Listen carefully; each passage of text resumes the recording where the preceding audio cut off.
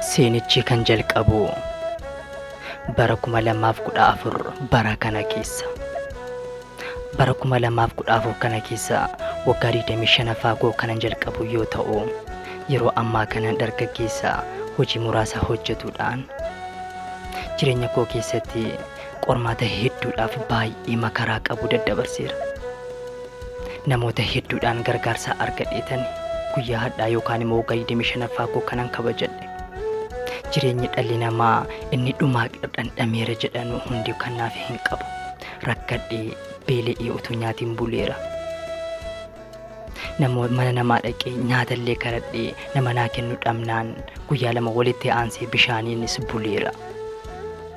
Bakkee deemee kadhachuu yeellee beelaan garaan koo walitti duddaan na bu'eera. Jireenyaaf jecha wantan hin ta'in hin qabu. Galata Rabbii garuu onnee guddaa fi yoomuu abdii hin kunne waaqni naa kenneen immoo osoo abdii hin kutin halkaniif guyyaa hojjedheetan yeroo hadhaa kana hiyyummaa keessaa ba'ee suuqii baay'ee miidhagaa tokko banadheen hojjetaa jira. Suuqiin koo galanni isaa haa ga'uuti namoota kaaniif iyyuu ni qaqqaba joon jedhi dhugaarraa na hin fageessu.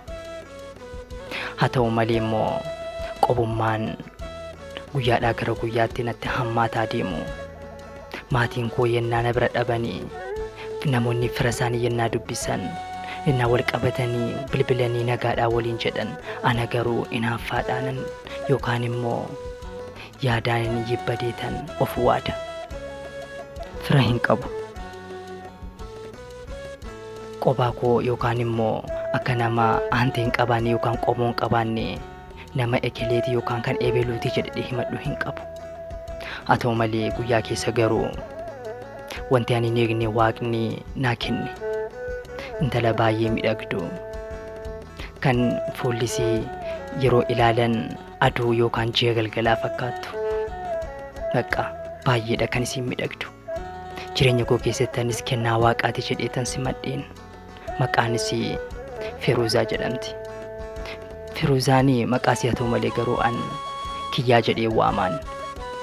Kiyyaan koo hedduun jaalladhaan isinis ofirra na jaalletti yoon isiniin jedhee soba hin ta'u. Osoo nyaatiin na nyaachifti. Osoo ofii hin yaadin ana yaaddi. Yoon illee uffata miidhagaa uffadhee bee namni na duraas ilaala gonkuma kanan uffatti na duraa jettee haddii kanaan naaf gaggabdi. Yokkuun karaarra deemu namni tokko yoo na ilaalee nama sana kaaftee buqqisuudhaaf kaati. Bakka jireenyi guutuun anaa waliin akka dabarsituudha kan isi yeroo hunda natti himtu. Ana caalaa na jaallatti. Anis waaqni koo bakka haadhaaf abbaa kootii naa buuse jedheetan isatti himadha. Isittis immoo kana yeroon himu hedduu itti tola. Isiinis na simattee haadhas abbaas siifan ta'a. Homaa hin yaadda'in yeroo naan jettu qaamni koo bishaan na ta'a. Idaa namni obsee aannan goromsaa dhugaa inni jedhanu dhugumaadaa jedheetan waaqa koo yookaan Rabbiin galateeffadha.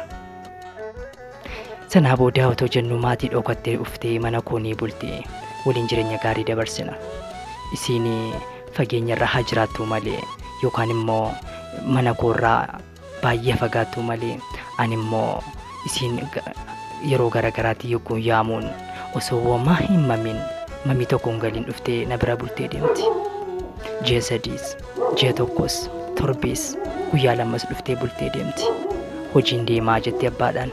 Abbaan garuu shakkiidhaan yeroo garagaraa hin dararaan. Haa ta'u malee anaaf jecha garuu abbaasii gonkumaa dhaga'uu hin dandeenye. Hedduu na jaallatti abbaa caalaa. Abbaa koo naan jetti yeroo hundayyuu.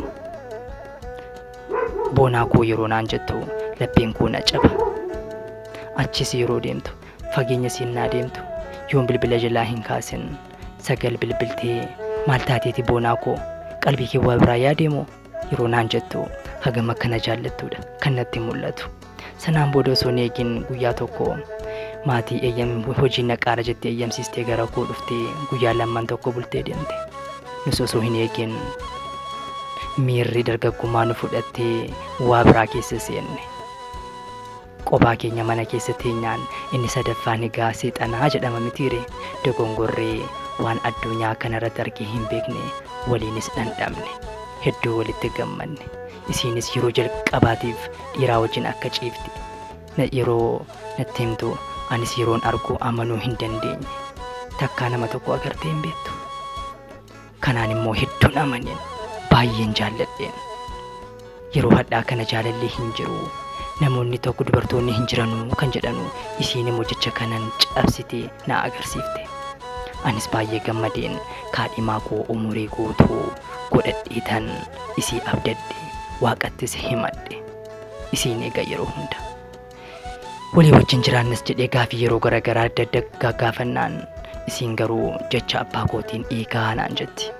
Tole jedhee anis osoo akkasiin jiraataa jirru carraa hojii tokko argattee ganda baadiyyaa hin cinni jedhamtutti imalte. Achis osoo jiraataa jirtu jireenyi baay'ee ulfaataa akka ta'e yeroo garaagaraa bilbilaan natti himti. Anis homaa rakkoo hin qabu yeroo muraasa jedheetan abdii itti hora. Kana gidduutti garuu guyyaa tokko bilbiltee boonaa koo garaatti na afeera naan jette. Anis gammachuudhaan of dhabe. Maal rakkoo qaba garaa koo baay'ee gaariidha kaa dafii naa kottu jedheetan ishee dafee waame. Garuu isheen immoo maatiin si hojii kana akka jaallatanii fi hojii kana cinqii baay'eedhaan akka galchan natti himti.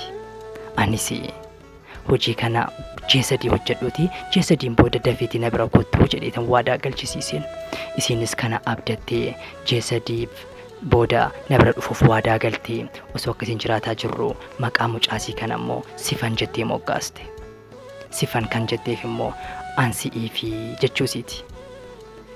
Maqaasii kana jedhee kana moggaasee jireenya koo guutuu ansiif kenneera jedheetanii kana moggaasee naan jette.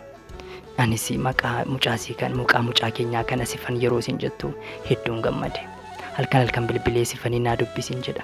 Bilbilaanis Sifaniin dubbistu adda bilbiltee naan jetti. Osoo hin bilbiliin guyyaa tokko yoon oole. Anis lapheen na caba. Sanaa booda guyyaan bilbiluun araada natti ta'e. Bilbileen gaafadhaan osoo akkasiin jiraataa jirru ji'a tokko bilbilisii cufame. Hin ka'u nan dawwala nan bilbila halkan guyyaa bilbilisii gonkuma hin hojjetu. Yaaddoon natti gale. Sanaa booda bilbila guyyaa tokko rimni na dinnaan garaan koo baay'ee na raafamnaan yeroon bilbilisii kee cufame. Nanne sanaa booda bilbillee nama biraatiin deebi'ee naa bilbilame. Heloo naan jedhe. Wayyee bilbila Feeruzaa irratti lammaffaan bilbilin isiin haadha manaa nama biraa taateetti naan jedhe. An amanuu hin dandeenye. Amanuu waan dandeenyeef halkan waan ta'eef amma lafti bari'uutti na aarifachiise. Ganama yeroon bilbilu gonkuma isiin hin raawwattu isiin akkas hin gootu mee sagalee isiin haa kenni jedheetan imimmaaniin dhangalaasee gaafadheen. Sanaa booda bilbilatti kenne. Heloon jedheen. Heloo naan jette isheenis. Heloo Feeruzaadhaan jedheen. Feeruzaadhaan naan jette. Sanaa booda dubbiin kun dhuguma? Dhuguma. Lammaffaa bilbila koo irratti hin bilbilin anis bilbila kee irratti hin bilbilu. Bilbiltee nan cinqin naan jette. Samiin natti garagale. Waanan godhuun dhabe. Naddite dukkanaa'ee addunyaan kun na jibbisiise. Daddabaleen bilbile. Bilbilleen ka'u guyyaa lamaan booda nan bilbile. Yeroon bilbilu hin bilbilin siin hin jenne lammaffaan bilbilin naan jette. Haqqeen koo si dhiisaan jedheen. Haqqi na fuutee naan seetee na kaadhimatteete seetee naan jette. Anis ni eetan jireenya koo of jibbee yeroo ammaa kana gadadoo fi yaaddoo guddaa keessa jira. Namni jibbee dhalli namaa waan jedhan na jibbisiisee hojiin koollee baay'ee natti mufatee jira. Jireenyi na jibbisiiseera. Nyaata nyaadhu hirriban qabu bakka jireenyi maalii jedheetan waa hunda dhiiseen maradhee ciisaa jira. Mee yaada keessan naaf qoodaa.